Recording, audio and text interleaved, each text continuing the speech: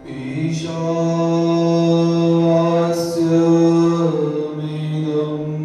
सर्वं यत्किञ्च जगत्यां जगत् तेन त्यक्तेन भुञ्जीता मा क्रुधः कस्य स्विदनम् अनन्याश्चिन्तयन्तो मां ये जना पर्युपासते तेषां नित्यवियुक्तानां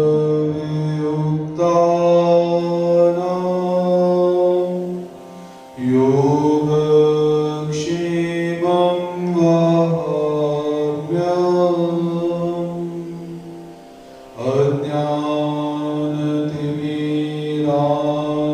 अज्ञानतिमिरान्धस्य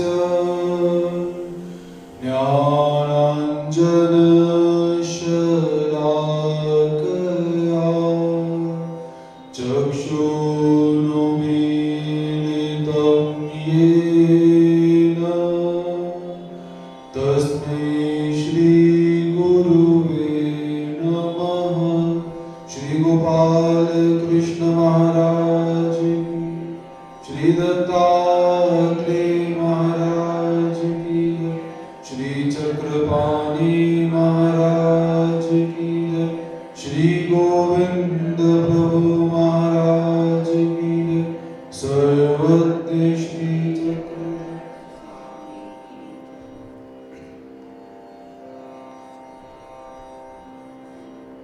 परब्रह्म परमेश्वर अवतार साधन दाता भगवान श्री चक्रधर स्वामी जी की महती कृपा से आओ हम सब बढ़ाएं एक कदम अध्यात्म की ओर के अंतर्गत आध्यात्मिक तत्व विवेचनी ज्ञान परीक्षा के अंतर्गत समारोपीय सत्र की तरफ हम अग्रसर हो रहे हैं। लगातार 7 दिनों से आज 7वां दिवस है, तो हम जय कृष्णी पंथ के सिद्धांत कौन कौन से हैं, जय कृष्णी पंथ के जो प्रथम आचार्य हुए उन्होंने अपने सन्निधान में किन किन पात्रों को कौन कौन सी आज्ञा प्रदान करी, हम सबको कौन कौन सी विधियां प्रदान करी, उसका अध्ययन हम सब कर रहे हैं। तो कल के सत्र के अंदर बहुत सूक्ष्म जो आचार प्रणाली है, उस आचार प्रणाली को हमने जाना कि कौन सी विधि कितनी सूक्ष्म हो सकती है और कौन सी अविधि कितनी सूक्ष्म हो सकती है। यहाँ तक आचार्य श्री नागदेव जी कहते हैं कि सुई का भी संग्रह नहीं करना चाहिए और व्यर्थ के अंदर बाहर घूमना भी नहीं चाहिए, और जिस स्त्री की का पति जीवंत है और जिसके बच्चे हैं उसे संन्यास नहीं देना चाहिए। ऐसी छोटी छोटी बातें लेकिन महत्वपूर्ण बातों का ज्ञान हमें स्मृति स्थल ग्रंथ के अंदर प्राप्त होता है। तो सर्वप्रथम जिस परमात्मा ने इस सृष्टि का आरंभ करा, जिस परमात्मा ने हमें अपना नामदान बख्शा, हमें अपना दरबार बख्शा, ऐसे परमात्मा के श्री चरणों में नतमस्तक होते हैं, दंडवत प्रणाम करते हैं। तत्पश्चात जिन गुरुजनों का हमारे ऊपर आशीर्वाद सदा ही बरसता रहता है, हम गुरुओं के प्रति जैसा मर्जी व्यवहार करें, क्योंकि कभी कभी क्या होता है कि किसी कार्यक्रम के अंदर परम पूज्य परमानंदीय प्रातः मुनि श्रद्धेय आचार्य प्रवर श्री यशराज शास्त्री जी सातारकर कपूरथला के जो बड़े गुरु जी हैं, तो कभी कभी क्या होता है कि उनके समान हमें जाकर बैठना पड़ता है, क्योंकि एक संचालक और गुरु गति का मान उसे भी कायम रखना है और गुरु शिष्य के संबंध को भी कायम रखना है, तो हम अपने गुरु जी के साथ ही एक आसन पर बैठ जाते हैं, अपने गुरु जी से अच्छे वस्त्र हम डालकर जाते हैं, अपने गुरु जी से अधिक कहीं कहीं श्रेष्ठता का हम वर्तन कर जाते हैं। लेकिन हमारे जो गुरु हैं उन्होंने कभी क्लेश नहीं किया, उन्होंने कभी इस बात का मलाल नहीं किया कि मेरे शिष्य हैं ऐसा मेरे सामने क्यों करते हैं। तो ऐसे जो सच्चे अर्थ में जो गुरु होते हैं वो अपने शिष्यों की बढ़ोतरी ही देखते हैं। तो हमारे जो कपूरथला निवासी गुरु जी हैं, मैं उनको प्रत्येक क्षण के अंदर, प्रत्येक स्थिति के अंदर उनका स्मरण अवश्य करता हूं, क्योंकि सबसे बड़ी बात ये है कि हमारे गुरु जी के एक शब्द रहा करते थे। वो शब्द क्या? कि मैं जिस पदवी को प्राप्त नहीं कर पाया, क्योंकि हमारे गुरु जी की इच्छा थी कि आचार्य करनी है और आचार्य के अंदर दर्शनाचार्य करनी है, ऐसी गुरु जी की इच्छा थी। लेकिन मंदिर की सेवा के अंदर इतना व्यस्त हो गए कि अध्ययन नहीं कर पाए। लेकिन उनकी एक मंशा यही रहती थी कि मेरा कोई शिष्य हो जो इन पदवियों को प्राप्त कर जाए। तो हमारे गुरुजी ने हमें वो भी प्रदान किया जो स्वयं उनके पास नहीं है। तो इसीलिए मैं तो अपने गुरुजी के प्रति कृतज्ञ रहता हूँ, और आप अपने गुरुओं के प्रति कृतज्ञ रहते हैं कि नहीं रहते हैं, ये आप सबके ऊपर है। तो इसलिए संपूर्ण गुरुकुल के प्रति नतमस्तक होकर अपने गुरुजनों को स्मरण करते हुए आज के विषय में हम प्रवेश प्राप्त करते हैं।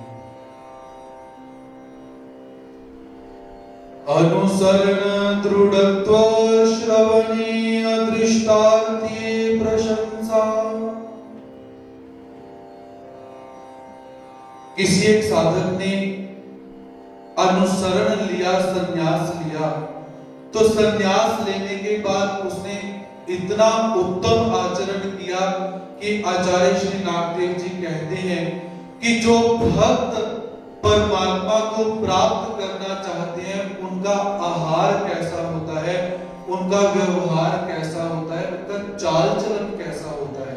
अर्थात ये जो स्मृति अब यहाँ पर प्रस्तुत होने वाली है, इस स्मृति को सुनने के बाद हमें ये देखना चाहिए कि हमारा आचार कैसा है। हम ईश्वर धर्म में देव पूजा इत्यादि करते हैं, विधियों का पालन करते हैं, तो क्या हम उस कसौटी पर खरे उतरते हैं या नहीं।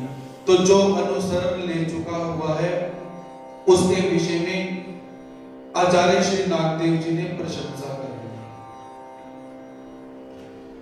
भलो वासा पासी की सूत्री भिक्षा के लिए। तो किसी एक शूद्र जाति के व्यक्ति ने आचार्य श्री नागदेव जी के पास आकर उन्होंने अनुसरण ग्रहण किया। अब आप लोग वहां मत देखिए कि देव पूजा करने के लिए मैं भी उठ जाऊं। एक आंटी जी तो उठ के चले गई हैं, कथा का श्रवण कीजिए, देव पूजा आपको बाद में करवाएंगे।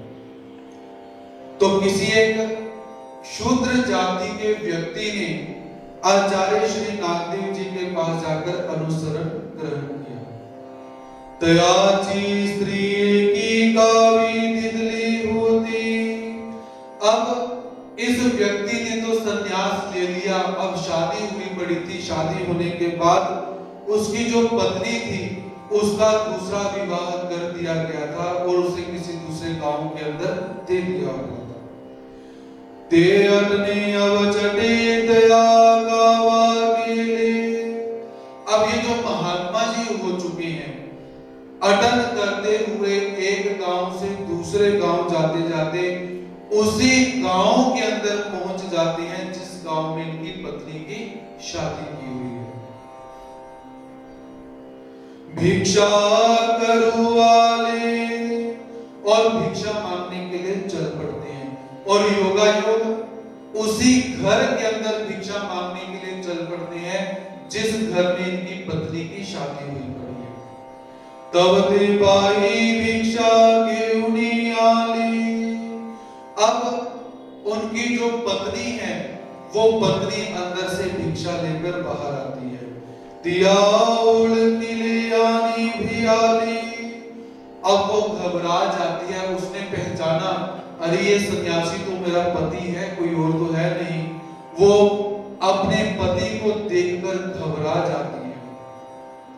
घरां तू जाऊ बैसली, और घर में जाकर चुपचाप बैठ जाती है। तब ते ही महात्मा मणि तले, हाँ भेओ नका।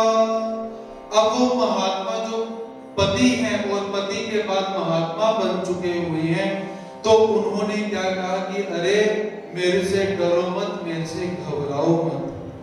आमी भट मार्गी जे महात्मे झालो। अब मैं तुम्हारा पति नहीं हूं, मैं भट मार्ग का अर्थात ईश्वर मार्ग का मैं संत हो चुका हुआ हूं। तुम ही सुखे राज्य करा।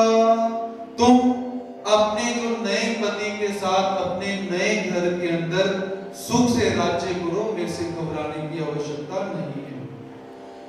मगधी महानुभावी गाओ सांडिला। तो उस महानुभाव ने क्या किया, उस महात्मा जी ने क्या किया, उस गांव को छोड़ दिया।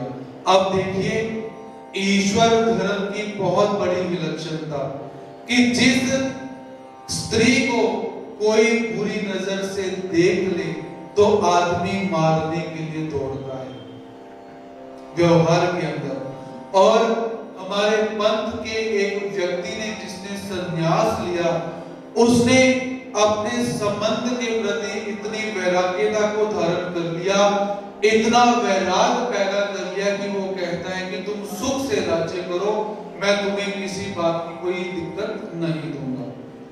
आनी के गावी ने मुंह सारिला। अब उसका जो नियम था उसने क्या किया, किसी दूसरे गांव के अंदर गया, वहां जाकर अपनी संपूर्ण विधि को उसने पालन किया। मगत्याचा सांगाती भटो बासा बुढ़े सांगी तले। तो ये घटना जब घटित हो जाती है तो किसी एक संगाती ने, किसी शिष्य ने आचार्य श्री नागदेव जी के पास जाकर ये सारी की सारी बात बतलाई कि ऐसा ऐसा हुआ था। भटो बासी तो खोनी मणि तले। तो आचार्य श्री नागदेव जी प्रसन्न होकर क्या कहते हैं, अदृष्टार्थी जे अस्ति तयाची करनी ती ऐसी चीकिंगा। अर्थात जो अदृष्ट को प्राप्त करने वाले होते हैं, याद रखिए परमात्मा के पास जो भक्त आते हैं वो भक्त भी दो प्रकार के होते हैं। पहले दृष्टार्थी। दृष्टार्थी अर्थात परमात्मा से कुछ गाड़ी मांगने के लिए आएंगे, घोड़ा मांगने के लिए आएंगे, घर मांगने के लिए आएंगे, पुत्रदार मांगने के लिए आएंगे, स्वास्थ्य मांगने के लिए आएंगे, द्रव्य संपत्ति मांगने के लिए आएंगे। तो इसे कहा जाता है दृष्टार्थी। दृष्ट पर वस्तु मांगने के लिए आती है। लेकिन कुछ साधक ऐसे होते हैं जो परमात्मा के पास अदृष्ट भाव से आते हैं।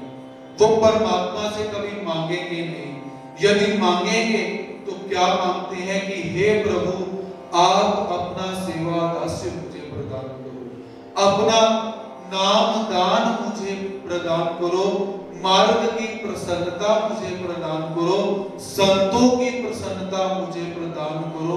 ऐसा अदृष्ट जो हेतु होता है, ज्ञान मांगते हैं, प्रेम मांगते हैं और परमात्मा से परमात्मा को मांगते हैं।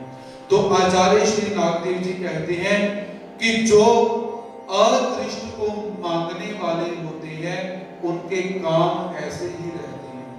अब मंदिर में आने के बाद यदि हम लोग झगड़ा करें, छोटी सी बात के लिए किसी से झगड़ पड़े, तो याद रखिए हम परमात्मा के लिए मंदिर नहीं आए, हम अपने स्वार्थ के लिए या परमात्मा को कुछ मांगने के लिए हम मंदिर आए हुए हैं, हम परमात्मा से मिलने के लिए नहीं आए।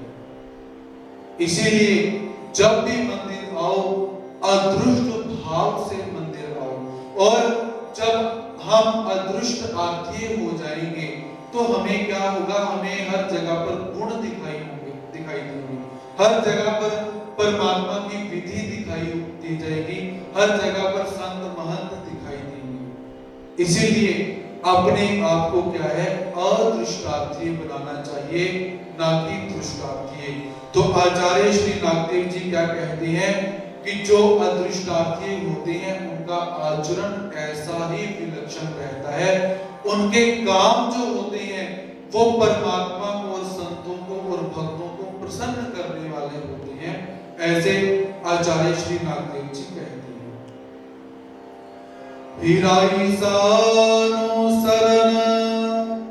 हिराइसा नामक एक वासनिक है, तो उसका अनुसरण ग्रहण करना। हिराइसे ते पंडित वासाची स्त्री। हिराइसा दामोदर पंडित की स्त्री का नाम है। याद रखिए, आचार्य श्री नागदेव जी के समय जो भी संन्यास ले रहा है वो भी हम जैसे ही लोग हैं, हम जैसे ही गृहस्थ आश्रम का पालन करते हैं, हम जैसे ही संसार में रहते हैं, और समय आने पर उन्होंने संन्यास लिया। तो आज जो हिराइसा है वो संन्यास लेने के लिए उद्यत हो रही है। त्यागोगा भटोबासा पासोनी श्रवण। दामोदर पंडित और हिराइसा को आचार्य श्री नागदेव जी ने अब भगवान जी का नाम दिया हुआ था, उपदेश दिया हुआ था। एक दिसु हिराइसी पंडिताते मणितले। अब एक दिन हिराइसा अपने पति पंडित बास से कहती है, पंडितो तुम ही भिक्षा करा कामज करो दिया। तो हिराइसा अर्थात वो पत्नी अपने पति से क्या कहती है कि या तुम संन्यास ले लो या मुझे संन्यास लेने की आज्ञा दो। तीही मणितले तुम ही करा। तो जो पति है, जो दामोदर पंडित है, वो क्या कहते हैं कि भाई हिराइसा तुम अभी जाकर अनुसरण ग्रहण करो। मे पुत्राचा विवाहो करिन मग भिक्षा करिन। मैं अपने पुत्र का विवाह करने के पश्चात संन्यास ले लूंगा, तुम जाकर अनुसरण ग्रहण करो। मग हिराइसी भटोबासा पासी आली भिक्षा के लिए। उसके पश्चात हिराइसा ने अपने घर का परित्याग किया, आचार्य श्री नागदेव जी के पास आई और उनके पास आकर अनुसरण ग्रहण कर लिया। भटोबासाचा सन्निधाने राहिली। तो आचार्य श्री नागदेव जी के सन्निधान में उन्होंने रहना आरंभ किया। बोरी करा भानु भटानु शरण। बोरी कर भानु भट्ट का अनुसरण ग्रहण करना, इनका दूसरा नाम है कवीश्वर व्यास। और ये भी हमारे पंथ के ऐसे प्रकांड पंडित हुए कि नींबू को ऊपर फेंकते थे, और जब तक वो नींबू हाथ में आ जाता था संस्कृत का श्लोक निर्माण कर दिया करते थे। हमारा महानुभावों का पंथ जो है वो ऐसे अरे गरे लोगों का पंथ नहीं है। इतनी तीव्र बुद्धि किसी और व्यक्ति की सुनने में नहीं मिलती कि संस्कृत के अंदर श्लोक का निर्माण करना है, और नींबू को ऊपर फेंका और नीचे कैच कर रही है, उसी समय श्लोक का निर्माण। ऐसे कवीश्वर व्यास जी का अनुसरण ग्रहण करना। एक वेल बोरी करा भानु भटा भटोबा सांचे दर्शन साले। एक बार क्या हुआ, जो बोरीकर भानु भट्ट हैं, कवीश्वर व्यास हैं, इनका आचार्य श्री नागदेव जी के साथ मेल हो जाता है, इनका आचार्य श्री नागदेव जी के साथ भेंट हो जाती है।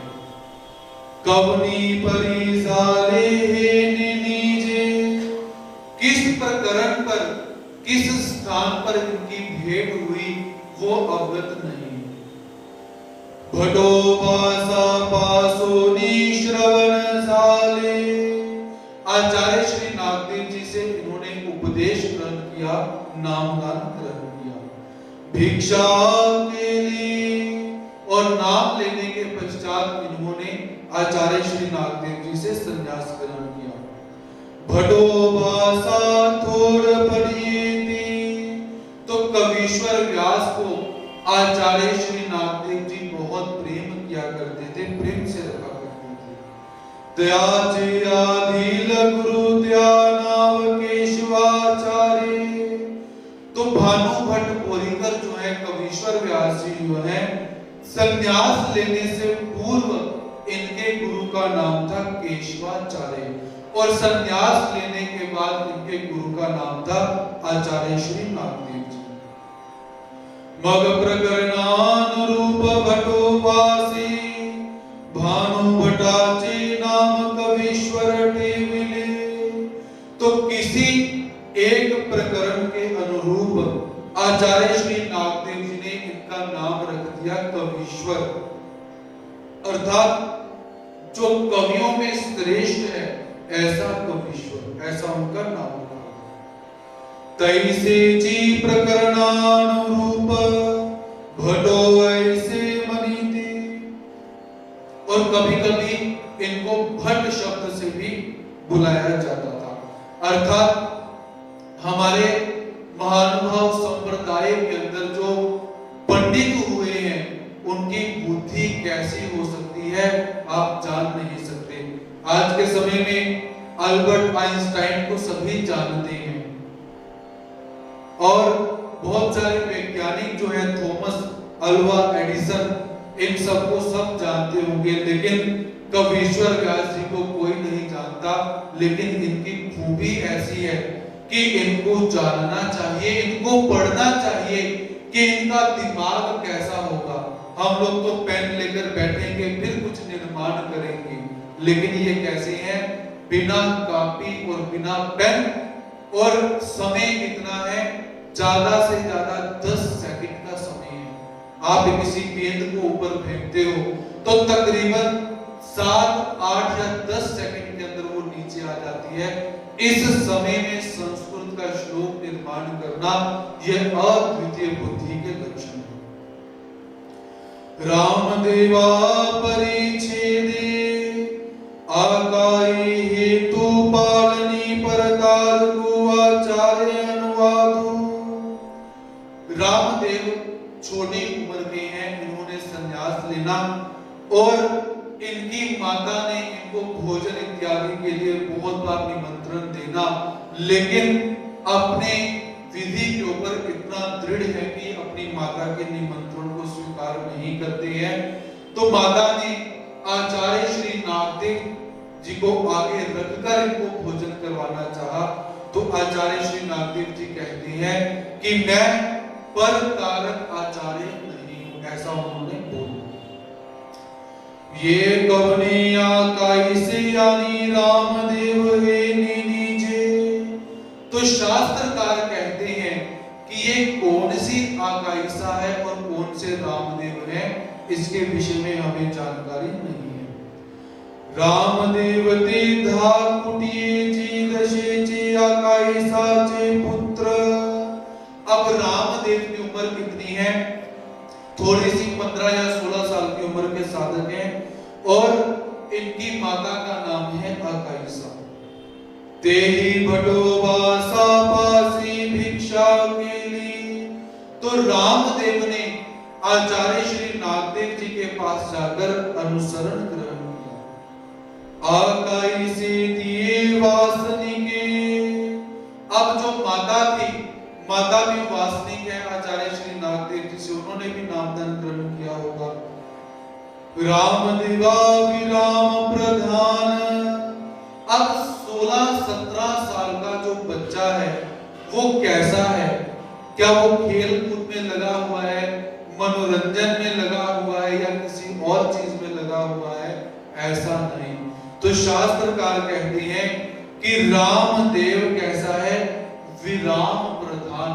उस बच्चे के मन के अंदर वैराग्य पैदा हो चुका हुआ है, विरमता का भाव पैदा हो चुका हुआ है। तेहि अत्यंत परिच्छेदु केला।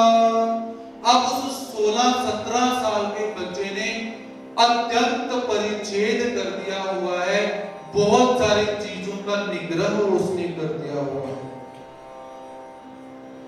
ते जानोनी माता आकाई से तेहि भटोबा साते प्रार्थिले।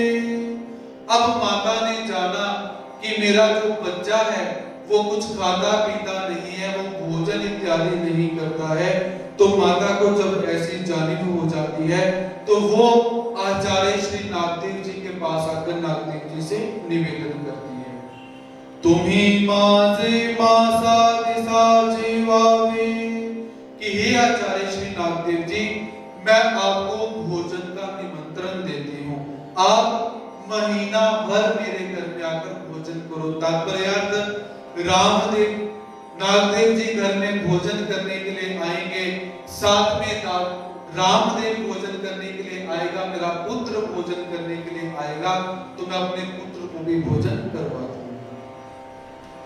भटोबासी तया चाहे तो जानो नी मानिले। अब आचार्य श्री नागदेव जी ने समझ लिया कि ये अपने पुत्र को भोजन करवाना चाहती है और अपने पुत्र के लिए हमें दंडवत डाल रही है, उन्होंने जान लिया। मगते ही परवी अन्ने निफज विली। तो आज मेरा पुत्र घर में आने वाला है जिसने परिच्छेद कर दिया हुआ है, तो माता आकाइशा ने क्या किया, बहुत अच्छे अच्छे पदार्थों का निर्माण किया। भटोवा सांसी ताट के लिए आचार्य श्री नागदेव जी को भोजन की थाली परोसी जाती है। पांति रामदेवासी वाड़िले, और पंक्ति के अंदर जो रामदेव हैं उनको भी भोजन परोसा जाता है। तब तेने गति, तो उस रामदेव ने क्या किया, हमारे जैसा होता तो पंगत में बैठने के बाद कहता है, गुरुजी जल्दी श्लोक खत्म करो, जल्दी जय बोलो, हमने रोटी खानी है। गुरुजी श्लोक ही बोली जा रही है, लेकिन वो 17-16 साल का बालक उस थाली में से कुछ भी ग्रहण नहीं करता है। मग दूसरा दिसी ते वेल चुकोनी गंगे जाऊनी जेविले। अब दूसरे दिन रामदेव ने क्या किया कि माता मुझे फिर बुला लेगी, मुझे फिर भोजन करने के लिए कहेगी, तो रामदेव भिक्षा मांगते हैं, गंगा पर जाकर भोजन कर लेते हैं। मग भटोबा सासी जीवनी मणि तले ये बड़े माजे उसिटे रामाकार ने टेवे। तो आचार्य श्री नागदेव जी ने क्या करा, माता का हेतु जाना, और हेतु जानने के पश्चात आचार्य श्री नागदेव जी कहते हैं कि भाई आकाइशा, ये मेरा जूठा पदार्थ है, ये रामदेव के लिए रख ले, जब रामदेव आएगा तो उसे दे देना। आकाई से मणि तले हे रामा भटोवासा जीविता और लेते तुझे विले। वैसे तो ये भोजन करता नहीं, आचार्य श्री नागदेव जी का जूठा प्रसाद बोलकर अगर इसे भोजन दूंगी तो शायद ये भोजन कर ले। तो उस समय रामदेव जब घर आते हैं, माता आकाइशा कहती है कि हे रामदेव, ये माता आचार्य श्री नागदेव जी ने जूठा भोजन तेरे लिए छोड़ा हुआ है, इसे तो खा ले। तेही खेतले परिजीवितीना। रामदेव ने उस भोजन को ले लिया, लेकिन उस भोजन को खाया नहीं। अपने धर्म के प्रति निष्ठा कैसी होनी चाहिए, कट्टरता कैसी होनी चाहिए, नियमों का पालन कैसा होना चाहिए, ये रामदेव अपने चरित्र से बताते हैं। मग तीसरा दिसी भोजन पूर्वी भटोबासी मणि तले। अब तीसरा दिन आया, फिर भोजन करने के लिए बैठे, आचार्य श्री नागदेव जी कहते हैं, रामा जी तुम्ही एक वट जीव, कि हे रामदेव आज हम दोनों इकट्ठे बैठकर भोजन करेंगे। आचार्य श्री नागदेव जी कहते हैं, मज कारणी तुके ऐसे आई कर, हे रामदेव मैं गुरु होने के नाते तुमसे निवेदन करता हूं, मेरी आज बात को तू मान दो। घे तरी तेने गति, उन्होंने फिर भोजन ले लिया लेकिन भोजन को खाया नहीं। मग भटोबास जेविले, तो आचार्य श्री नागदेव जी ने भोजन ऐसे ही कर लिया। मग चौथा दिशी मणि तले रामा, आजी मजी तुके आगले झाले, तरी माझाई तुका ऐसा उसिता घासोगे। अब चौथे दिन आचार्य श्री नागदेव जी कहते हैं कि हे रामदेव मैं भोजन कर रहा हूं, भोजन बहुत ज्यादा हो गया है, ये एक दो ग्रास जो पड़े ये ले ले। आचार्य श्री नागदेव जी ने निवेदन किया। मनोनी भटोबास जीविता उठिले, तो आचार्य श्री नागदेव जी भोजन करते करते उठ जाते हैं। ऐसे धरिता एक सीत खाली पड़िले, तो भोजन करते करते उठते उठते क्या हुआ कि भोजन का एक शीत, चावल का एक दाना नीचे गिर जाता है। ते राम देवी तोंडी घात ले, तो रामदेव ने उस छोटे से अन्न के कण को अपने मुंह के अंदर डाल लिया। मग भटोबा साते मणि तले, आता नीगे भटो, तो चौथे दिन रामदेव कहते हैं कि हे आचार्य श्री नागदेव जी आपके आग्रह करने पर मैंने ये दाना छोटा सा ग्रहण कर लिया, अब आप मुझे दोबारा मत बोलिए। आता भीतरी भटा चीची आना, अब यदि मैं भोजन को ग्रहण करूं तो मुझे आपकी शपथ, मैं आपकी सौगंध खाकर कहता हूं कि अब मैं अगर आप भोजन करूं आप मुझे ज्यादा भोजन करने के लिए मत बोलिए। मग केशोबासी मणि तले, तो पास में ही केशी राज व्यास जी बैठे हुए हैं। तो केशी राज व्यास जी क्या कहते हैं, हे काई झालिया रामासी, अरे हे रामदेव तुझे क्या हो गया, ये तू क्या कर रहा है। तरी भटाचा हाथू कैसा लूटिला, हमारे पंथ के जो अधिकरण हैं, जो आचार्य श्री नागदेव जी हैं, ये तुझे बार बार निवेदन कर रहे हैं, तू इनकी बात क्यों नहीं मान रहा है। ऐसा आचार्य श्री केशी राज व्यास जी उन्हें समझाते हैं। आनी भटो तुम्ही याते काई मनाना, और हे आचार्य श्री नागदेव जी आप भी इसे कुछ डांट कर बोलते नहीं हो, कुछ डांट कर बोलो तो सही कि कोई प्रेम से दे रहा है उसे स्वीकार करो, आप भी नहीं बोलते, वो आपकी बात भी नहीं मानता, ये कैसा प्रकार है। तब भटोबासी मणि तले, हांगा हाजे ही पाउली उठिला आहे, तेमी आची पाई काईसिया मोड़िना। तो आचार्य श्री नागदेव जी बहुत सुंदर उत्तर देते हैं। तो आचार्य श्री नागदेव जी कहते हैं कि केशीराज व्यास ये जिस उत्तम विधि का आचरण करने के लिए चल पड़ा हुआ है, मैं इसके कदम को क्यों रोकूं। यदि ये परमात्मा को प्राप्त करने के लिए किसी मार्ग पर चल ही पड़ा है तो मैं इसे क्यों रोकूं। मैंने अपना कर्तव्य जितना करना था मैंने कर दिया। मीकाई गाधा परकारको, मैं कोई परकारक प्रवंचना करने वाला, बुरे काम को करने वाला आचार्य हूं क्या। मैं ऐसा आचार्य नहीं हूं। जो धर्म का पालन करता है मैं उसके धर्म को बढ़ाता हूं, उसके धर्म को रोकने वाला मैं परकारक आचार्य नहीं हूं। ऐसा आचार्य श्री नागदेव जी वहां कहते हैं।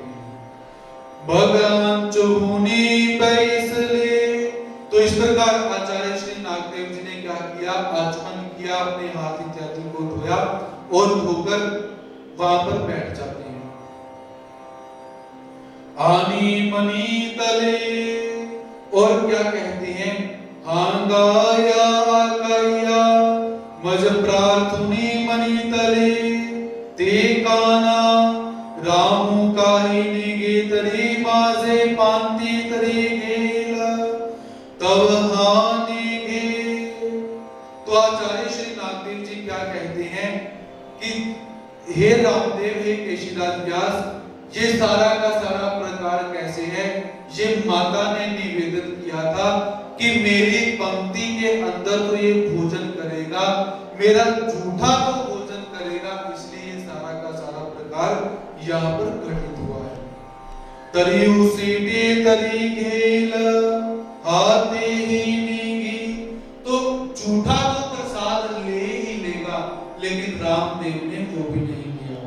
तरी आचे कामी भंगिन, तो इसका ये जो व्रत इसने धारण किया हुआ है कि मैं भिक्षा के अतिरिक्त दूसरे अन्न का स्वीकार नहीं करूंगा, मैं इसके व्रत को क्यों भंग करूं, इसके व्रत को क्यों तोड़ दूं।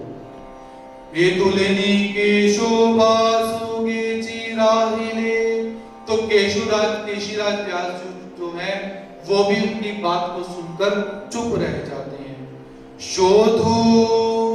शोधु अर्थात किसी एक महानुभाव की वासना के अनुसार भटोवास ही निगति जी। उसके बाद आचार्य श्री नागदेव जी ने भी उस आकाशिका के भोजन को स्वीकार करना बंद कर दिया। तो यहाँ पर ये चरित्र हमें रामदेव का, आकाशिका का और आचार्य श्री नागदेव जी का क्या शिक्षा प्रदान करता है। हम जय कृष्ण संप्रदाय के जो व्यक्ति हैं, जो साधक हैं, जो महानुभाव हैं, हम सब की एक विशेषता क्या रहती है कि हम अपने पंथ के ऊपर, अपने पंथ के नियमों के ऊपर, अपने पंथ के सिद्धांतों के ऊपर बहुत कट्टर हैं। हम अपने सिद्धांतों का भली भांति पालन करते हैं, करना भी चाहिए, लेकिन परमात्मा क्या कहते हैं कि व्यवहारो तो व्यवहारी जी सिद्धि जाएगा, कि जहां पर व्यवहार आ जाए वहां पर व्यवहार कैसे करना है, धर्म के अनुरूप व्यवहार कैसे करना है, उसे जानिए। जब धर्म कर रहे हो संग्रह भंगे, आचार्य श्री नागदेव जी भी कैसे हैं, हमारे धर्म में हमें व्यवहारिक तौर पर रहना चाहिए बोलते हैं, क्योंकि आचार्य श्री नागदेव जी पान का बीड़ा खाया करते थे, लेकिन जब लोग उन्हें देख रहे होते हैं वो लोगों के सामने पान का बीड़ा नहीं खाते थे, क्योंकि वो कहते थे कि संग्रह भंग हो जाएगा, लोग बोलेंगे सन्यासी हो गए, पान खाते हो गए, खाते थे, अच्छा लगता था। भगवान श्री चक्रधर स्वामी जी भी खाते थे, लेकिन व्यवहार के अंदर लोग हमारे ऊपर दोषारोपण न करें, इसलिए वो लोगों के देखते हुए पान नहीं खाया करते थे। तो इसलिए जो भी जय कृष्ण संप्रदाय के जो हमारे सिद्धांत हैं, हमारे नियम हैं, व्यवहार को धारण करते हुए उन नियमों का पालन अवश्य करना चाहिए। तथा निरूपणी सत्य प्रशंसा, तथा निरूपण करते हुए साध्य की प्रशंसा करना। साध्य किसे कहा जाता है, हम परमात्मा के साधन का आचरण कर रहे हैं, नाम का जाप करते हैं, अन्नदान करते हैं, नित्य विधि करते हैं, अदन विजन भिक्षा भोजन इत्यादि करते हैं, निमित्त विधि करते हैं, संग संगात भेंट शुश्रूषा इत्यादि करते हैं। तो इसको करने से होगा क्या, यदि हम नाम ले लेते हैं होगा क्या, संन्यास ले लेते हैं होगा क्या, अपने धर्म का पालन करते हैं तो होगा क्या, अर्थात परमात्मा की प्राप्ति हो जाएगी। तो उस प्राप्ति की प्रशंसा करना। एक दिसु भटो वास राम देवासी निरूपण करित होते। एक बार आचार्य श्री नागदेव जी रामदेव को निरूपण कर रहे थे, तब राम देवी लय भटो नको नको। तो रामदेव कहते हैं कि हे आचार्य श्री नागदेव जी, नको नको, मत बोलो, ये हो ही नहीं सकता।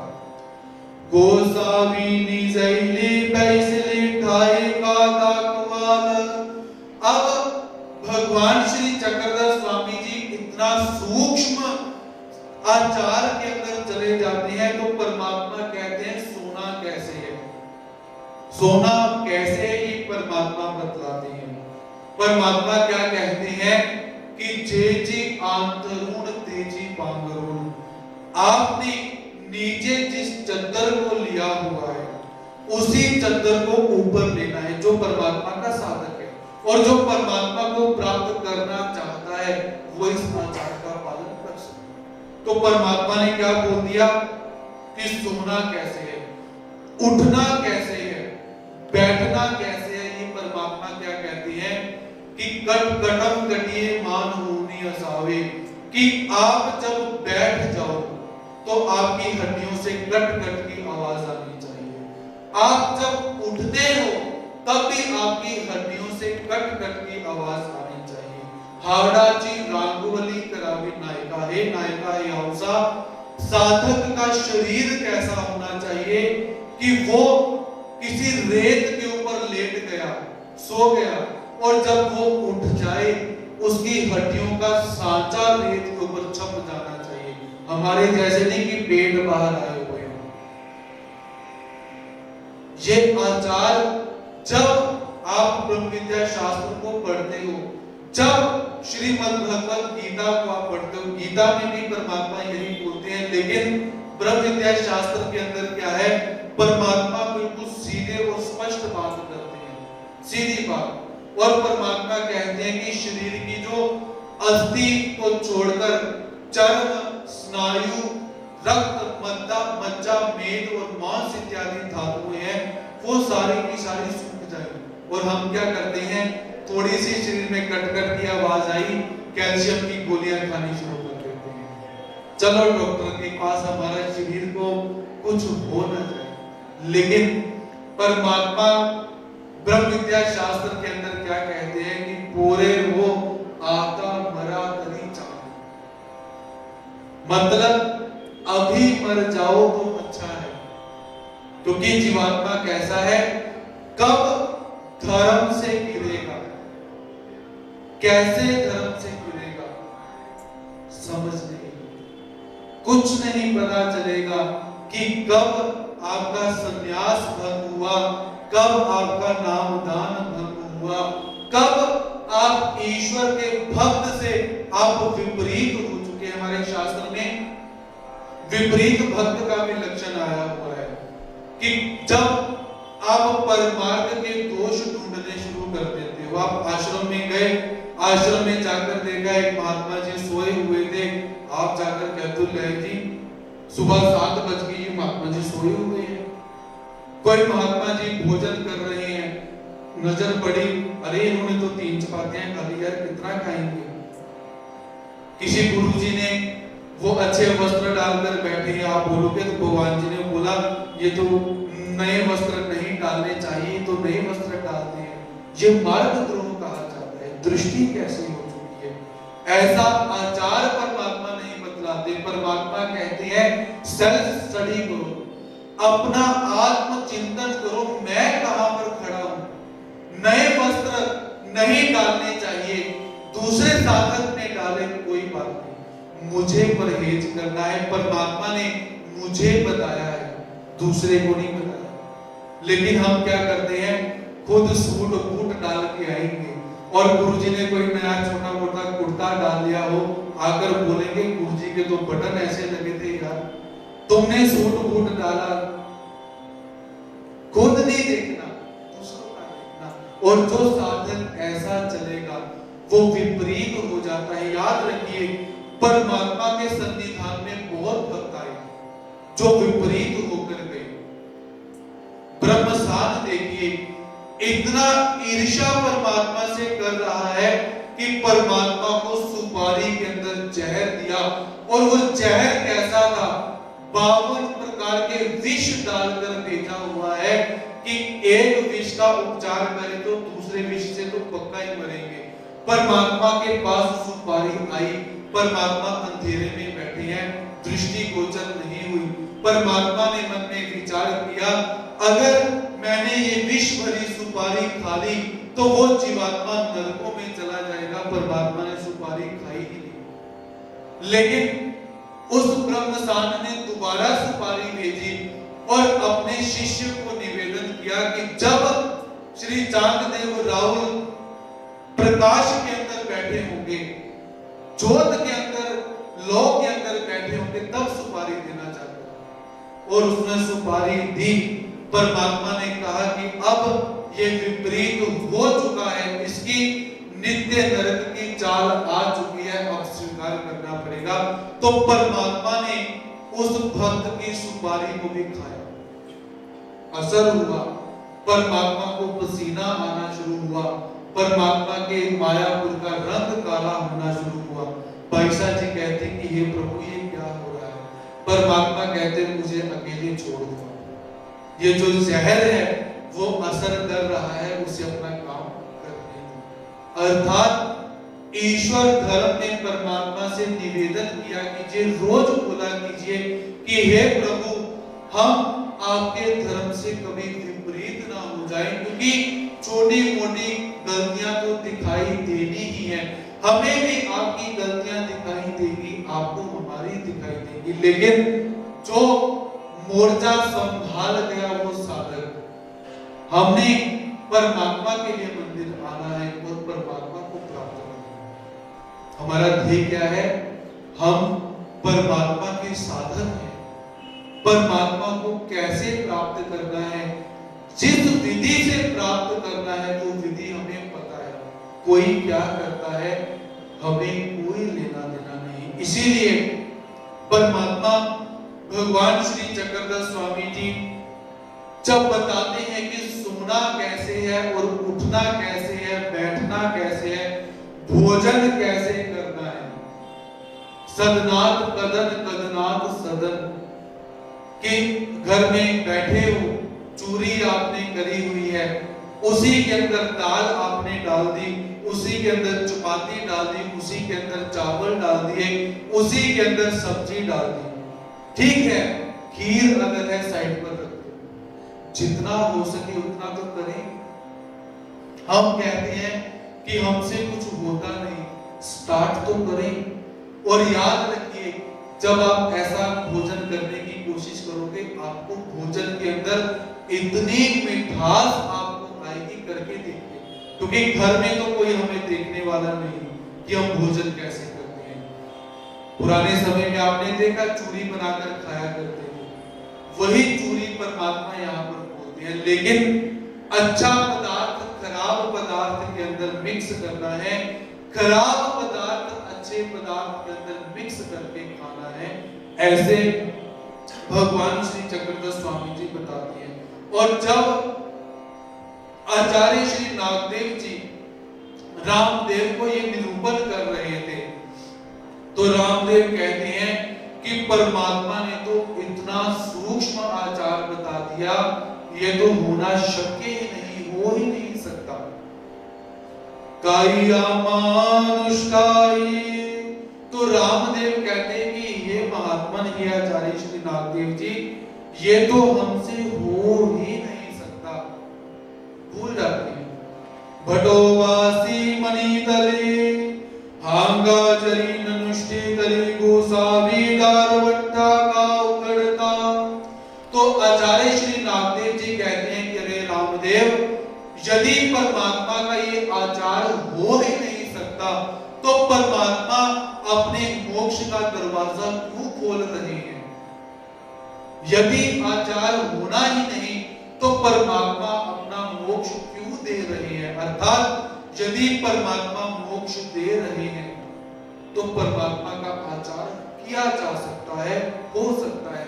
बहुत बड़ी बात क्या, आचार्य श्री माहीभट्ट जी को देखो, सोने का व्यापार करते हैं, सोने के व्यापारी हैं, रेशमी कपड़े डालते हैं, सोने के अलंकार डालते हैं, सुबह दुकानदारी करते हैं, शाम को श्री गोविंद प्रभु महाराज जी के पास आते हैं, कपड़े उतार देते हैं, फटे कपड़े डालते हैं, फिर भिक्षा मांगने के लिए जाते हैं।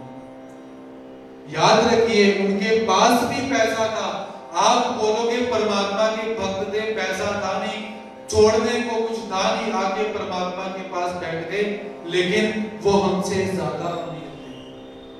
और जब माहिम भट्ट जी भिक्षा मांगने के लिए जाते, लोग क्या कहते, अरे ये तो सोने का काम करता है, ये तो स्वर्णकार है, और शायद हमारी भिक्षा को ले जाकर कमों को डालता होगा। तो वो लोग 3-4 दिन पुराना भोजन माहिम भट्ट जी को दिया करते थे। तो माहिम भट्ट जी खाते थे। माहिम भट्ट जी बोल सकते थे कि मैं तो परमात्मा का इतना भक्त, रोज के 16 दाम मैं परमात्मा के सन्निधान में खर्च कर रहा हूं। 16 दाम उस समय की बहुत बड़ी रकम है। आंसू चलते हैं, आंसू के बाद दाम आ जाते हैं। 16 दाम बहुत बड़ी रकम है, तो परमात्मा के लिए खर्च करते हैं, लेकिन परमात्मा के आचार को कर रहे हैं। और परमात्मा क्या कहते हैं, नेघे खासिर तरी खाए, न खासिर तरी धुली खाए। अगर शरीर बोले यार मेरे से खाया नहीं जाता, तो अपने मन को बोलो खाना तो पड़ेगा।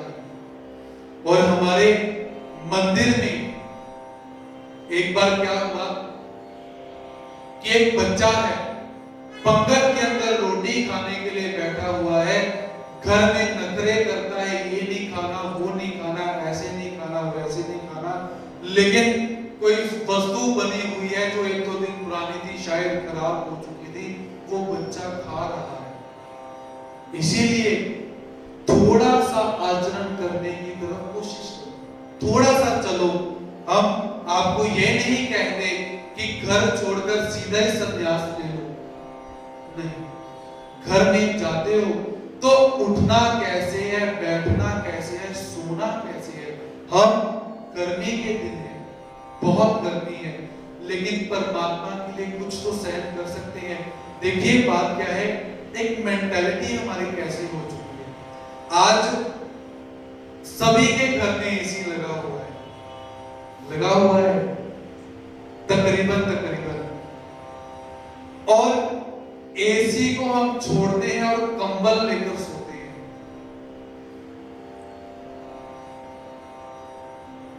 या कंबल ही छोड़ दो, पतली चादर ले लो। लेकिन हमारी मेंटालिटी क्या हो चुकी है कि थोड़ी सी भी गर्मी सहन नहीं हुई और थोड़ी सी भी सर्दी हमसे सहन नहीं हुई। लेकिन परमात्मा क्या कहते हैं, शीतोष्ण परिहारों कीजिए, शीत और उष्ण का परिहार करो। ठीक है, गर्मी है, लग रही है, कोई बात नहीं, सर्दी है, लग रही है, कोई बात नहीं, परमात्मा के लिए सहन करते हैं, किया जा सकता है, कोई बड़ी बात नहीं। तो ऐसे तो आचार्य श्री नागदेव जी कहते हैं कि ये परमात्मा का जो आचार है, ये करने से आपको परमात्मा का द्वार प्राप्त हो जाएगा। इसलिए कर सकते हो, 100% 100% नहीं कर सकते हो, लेकिन कुछ तो कर ही सकते हो।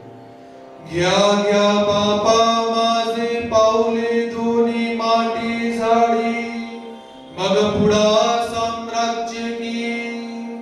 तो आचार्य श्री नागदेव जी कहते हैं कि घ्या घ्या पापे हो पाऊले धोनी। अरे संतो, अरे भक्तों, परमात्मा को प्राप्त करने के लिए थोड़ा सा चलो तो सही। आगे परमात्मा का पूरा साम्राज्य तुम्हारी प्रतीक्षा कर रहा है। परमात्मा ने अपने भक्त को राजकुमार कहा हुआ है। परमात्मा राजे हैं, भगवान श्री चक्रधर स्वामी जी राजे हैं। तो आचार्य श्री नागदेव जी कहता, अरे उठो, चलो, थोड़े से वृक्ष के नीचे जाकर स्मरण करो। नहीं कर सकते तो घर में स्मरण करो। संन्यास लो, नहीं ले सकते तो आधा संन्यास लो, नहीं ले सकते तो कम से कम नाम धारण तो बनो। आगे परमात्मा का पूरा साम्राज्य तुम्हारी प्रतीक्षा कर रहा है। थोड़ा सा तो चलो। आचार्य श्री नागदेव जी रामदेव को भी कहते हैं और हम सबको भी कहते हैं। बहुत बात अगर समझ में न आए, छोटी बात को धारण कीजिए। हम अपने बच्चों को स्कूल भेजते हैं। स्कूल क्यों भेजते हैं? ताकि उसे उठना बैठना आ जाए, उसे समाज के अंदर चलना आ जाए, लोग उसे कहें कि वेल एजुकेटेड पर्सन है। परमात्मा भी यही चाहते हैं कि थोड़ा सा तो आचरण करो, थोड़ा सा तो मेरा स्मरण की चिंतन होना चाहिए। मेरे समेत यहाँ पर बहुत सारे भक्त ऐसे होंगे जो स्मरण भी नहीं करते होंगे, मैं भी नहीं करता। स्पष्ट बात है, जो करते हैं वो बताएंगे और जो करते हैं वो आपके समक्ष भी है। लेकिन कुछ नियम हमारा भी है, जितना हो सके उतना नियम के अंदर हम भी अपने आप को बांध कर रखते हैं, जैसा होना चाहिए वैसा नहीं। तो हम परमात्मा का इतना बड़ा विस्मरण कर चुके हैं, तो परमात्मा का साम्राज्य प्राप्त नहीं होगा। राजा जो है उसका उत्तराधिकारी वही बनता है जो बच्चा पढ़ा लिखा होगा और राजा के कारोबार के अंदर हाथ बटाता होगा, वही राजा के का उत्तराधिकारी बनता है। तो इसीलिए आचार्य श्री नागदेव जी यहाँ पर कहते हैं कि थोड़ा सा क्यों ना हो आचरण अवश्य कीजिए।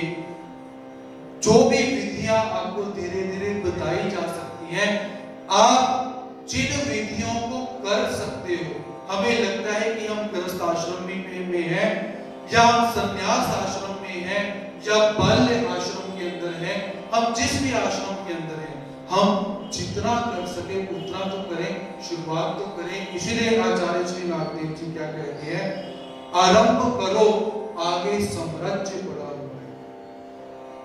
पांगुल तो अंधा चापा ईश्वर प्रतीति सी जाए। पांगुल कहा जाता है लंगड़े को। लंगड़ा अंधे का हाथ पकड़कर ईश्वर तक पहुंच जाता है। अंधु तो पांगुला चापाई चैतन्य प्राप्ति सी जाए।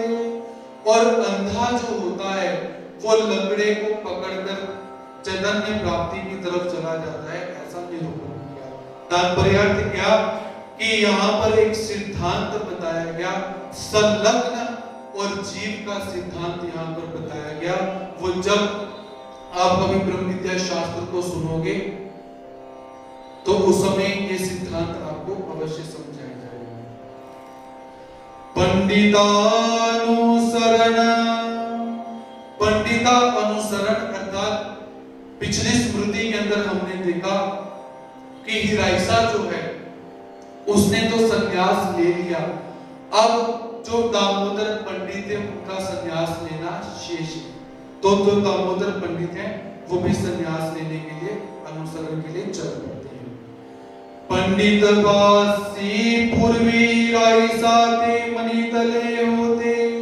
तो पूर्व पंडित वास ने अपनी पत्नी हिराइसा को कहा हुआ था, जे तुम्ही अनुसरा मी पुत्राचा विवाहो करीना।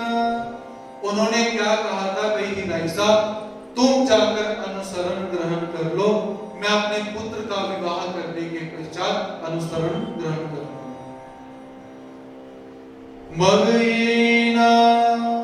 मग हिराई से आली अनुसरली। तो हिराइसा जी आचार्य श्री नागदेव जी के पास आई, उन्होंने अनुसरण ग्रहण किया।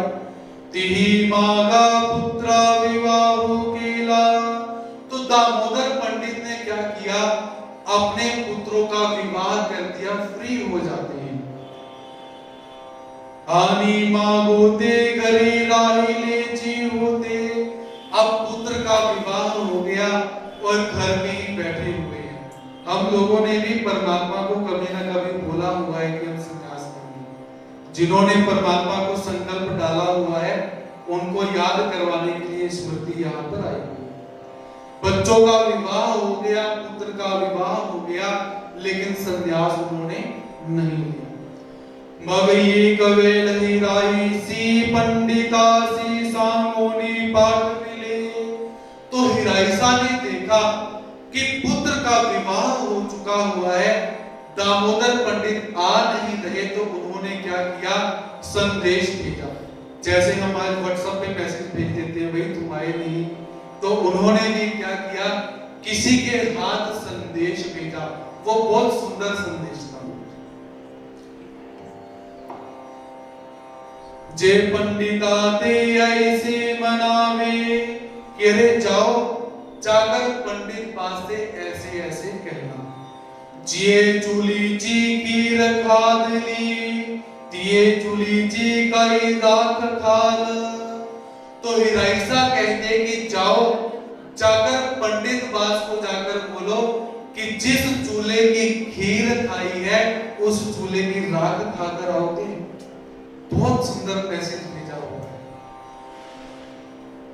मग निकाले, तो पंडित बास ने जैसे ही सुना भाई पत्नी का संदेश आ चुका है, वो संदेश सुनते ही निकल पड़ते हैं। ते ही जाऊनी तैसी जी सांगी तले, वो व्यक्ति निकला जाकर पंडित बास को उन्होंने वैसे ही जाकर जो संदेश था वो बोल दिया। आता निगावे लागेल आता कोपली, तो पंडित बास क्या कहते हैं कि भाई अब मेरी पत्नी गुस्सा हो चुकी है, अब तो निकलना ही पड़ेगा। कवेरी गड़े पटोबासी मनी तले, तो दूसरी तरफ आश्चर्य क्या हो जाता है कि आचार्य श्री नागदेव जी को पहले ही पता चल गया कि आज पंडित बास आने वाले हैं। देखिए, परमात्मा के साधन का यदि आप आचरण करते हो तो आपको और हमको शक्तियां प्राप्त होती हैं। आप में से बहुत सारे भक्तों का प्रश्न रहता है कि हमारे पंथ में चमत्कार नहीं होता, हमारे पंथ में जादू नहीं है, लेकिन परमात्मा की उस स्थिति तक पहुंचना पड़ेगा। चमत्कार है जब आप अपरोक्ष ज्ञानी हो जाते हो तो परमात्मा आपको पावर्स देते हैं, शक्तियां देते हैं, लेकिन उस स्टेज तक पहुंचना पड़ेगा। और आचार्य श्री नागदेव जी उस स्टेज तक पहुंच चुके हैं, अपने आप ही जान चुके हैं कि पंडित बास घर से निकल चुके हैं, पहुंच गए।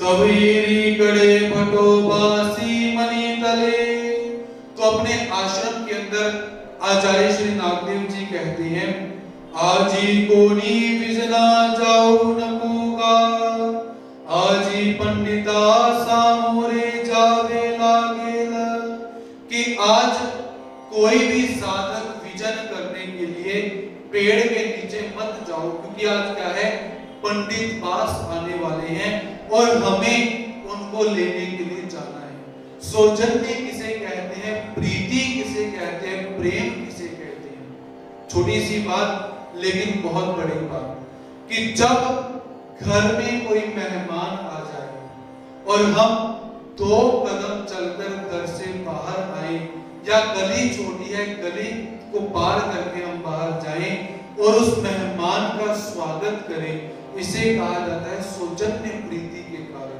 और ये करने चाहिए। तो आचार्य श्री नागदेव जी कहते हैं कि अब पंडित बास आने वाले हैं, हमें उनका स्वागत करने के लिए हमें जाना है।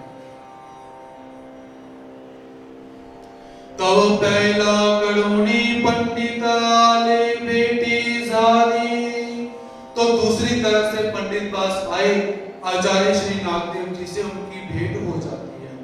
बिढ़ाराले, अब आचार्य श्री नागदेव जी जिनका गांव निम्बा नामक, जिनका आश्रम निम्बा नामक गांव के अंदर है, निम्बा नामक गांव के अंदर आचार्य श्री नागदेव जी ने आश्रम बनाया हुआ था, तो आचार्य श्री नागदेव जी ने वहां पर ले आते हैं। भोजन समय भटोबासी मनी तले, तो भोजन करने के लिए जब बैठे तो उस समय बैठकर क्या कहते हैं, पंडितू या सांगाते जेऊ, कि हे पंडित बास तुम आज मेरे साथ ही बैठकर भोजन करो। तीही मनी तले निवृत्ता सांगाते प्रवृत्ता जेऊ नहीं, तो पंडित बास कहते हैं कि हे आचार्य नागदेव जी, जो गृहस्थ आश्रमी होते हैं वह किसी सन्यासी के साथ बैठकर एक पात्र के अंदर भोजन नहीं कर सकते हैं, ऐसा नियम कहा जाता है। भटोबासी मणि तले, तो आचार्य श्री नागदेव जी उत्तर देते हैं, तुम्ही मन दसाते तैसे ची, कि हे पंडित बास तुम जो बोल रहे हो बहुत अच्छी बात है, ऐसे ही है। परिचय मनोनी आलेती तेने, पर जब तुम अपने घर से निकले थे उस समय जो भाव तुम्हारे मन में था उस भाव से तुम सन्यासी हो चुके हो। जब हम परमात्मा को समर्पण अपना पूरा दे देते हैं, हम परमात्मा को कहते हैं कि अभी हमने घर का त्याग किया, हम चले थे आश्रम में, अभी हमने अपने गृहस्थ आश्रम की विधियों का त्याग किया, अब हम चाहे गृहस्थ आश्रम के अंदर हैं, हम परमात्मा के अनुसार चलेंगे, आप उसी समय सन्यासी हो जाते हैं। वस्त्रों का विधान है, परंपरा है सन्यास दीक्षा विधि की, वो भी आवश्यक है, जरूरी है, लेकिन जब आप मन से सन्यासी हो जाते हो वो सन्यास बड़ा सन्यास माना जाता है। पंडित बासी मणि तले ते होइला, तो पंडित बास कहते कि ठीक है, मैं जब घर से निकला था तो मैं तो सन्यास लेने के लिए ही निकला हूं और अब मेरा सन्यास जो है वो हो चुका है। तेवेली भटोबासी मणि तले ते साले जी बोलीजे, तो आचार्य श्री नागदेव जी क्या कहते हैं कि हे पंडित बास तुम्हारा सन्यास हो चुका है, ऐसा मानना चाहिए, तुम ऐसा ही समझो। मगई कत्र जीविली, तो उन्होंने क्या किया, एकत्र बैठकर भोजन किया। तीसरा पहरी भिक्षा के लिए, और तीसरे प्रहर के अंदर उन्होंने भिक्षा कर ली, अर्थात संन्यास आश्रम को ग्रहण कर लिया। तो आज हम सब यहाँ पर श्रीमद् ब्रह्म विद्या ज्ञान प्रवाह के समारोपीय सत्र को परमात्मा के श्री चरणों में समर्पित करने के लिए एकीभूत हुए हैं। हो ना हो कहीं पर हमें सुनने के लिए प्राप्त हुआ पड़ा है, बड़े गुरुजनों के मुख से हमें प्राप्त हुआ कि जब कथा की समाप्ति पर हम पहुंच जाते हैं तो हमें सप्ताह श्रवण का फल मिलता है। और दूसरा, यदि ब्रह्म विद्या शास्त्र का हम विचार करें तो आज आप लोग आए हो, कुछ तो आपने श्रवण किया, जो चीज 7 दिनों में शायद नहीं बतलाई गई होगी वो आज आपको सुनने के लिए प्राप्त हुई है, और आप सब यहाँ पर उपस्थित हुए हो। तो आज आओ हम सब बढ़ाएं एक कदम अध्यात्म की ओर के अंतर्गत आध्यात्मिक तत्व विवेचनी ज्ञान परीक्षा जो हमारे मंदिर से प्रत्येक वर्ष ग्रहण की जाती है, ली जाती है, तो उस परीक्षा का आज समारोह सत्र यहाँ पर हम साझा कर रहे हैं, मना रहे हैं। तो कथा का यहीं पर हम समारोह करते हैं, समारोह करते हैं। तो कुछ परमात्मा के श्री चरणों में सभी भक्तों की एक इच्छा थी कि 7 दिन कोई भजन नहीं बोला गया, क्योंकि ब्रह्म विद्या शास्त्र के अंदर भजन नहीं बोले जा सकते हैं। तो कुछ समय के लिए संकीर्तन के माध्यम से परमात्मा के श्री चरणों में हाजिरी भरते हैं। तत्पश्चात परमात्मा के दिव्य दरबार में परमात्मा की प्रसन्नता से सभी प्रसाद ग्रहण